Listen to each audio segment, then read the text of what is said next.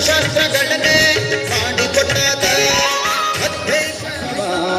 ತುಂಗಭದ್ರ ತೀರದಲ್ಲಿ ತಾನು ವಾಸವಾದ ರಾಘವೇಂದ್ರ ತೀರ್ಥ ನೀತ ನುಡಿಸಿ ಪುಣ್ಯಗಳಿವ Raghavendra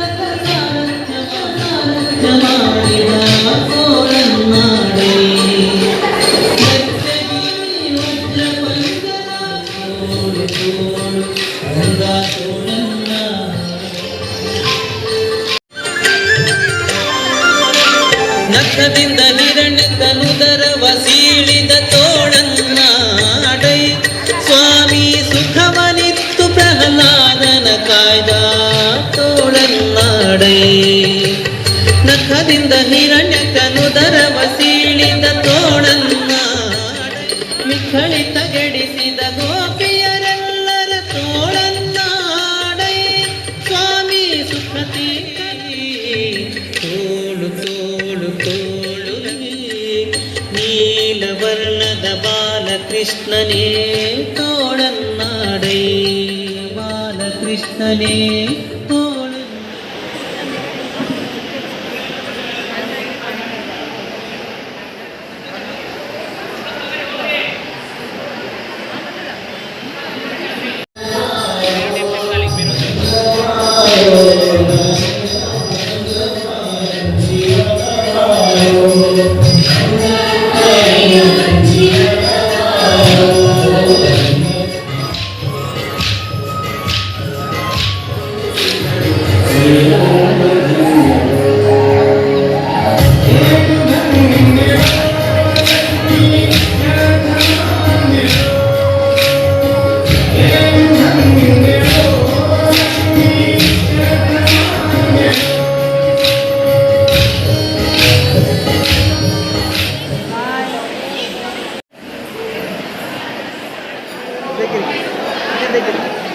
okay ready ready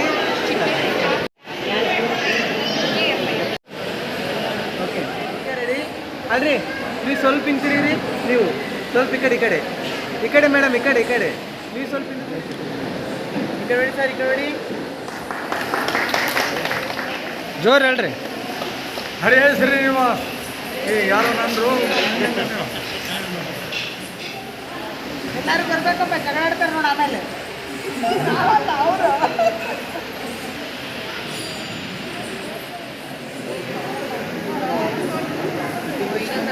ಮೂರ್ತಿ ಕೊಟ್ಟು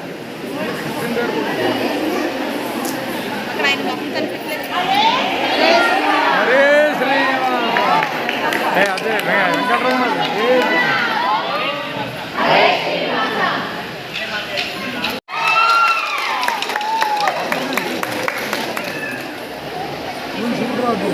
ಅದೇ ನೀವು ಸ್ವಲ್ಪ ನೋಡಿ ಸ್ಮೈಲ್ ಹಾಗೆ ಹಾಗೆ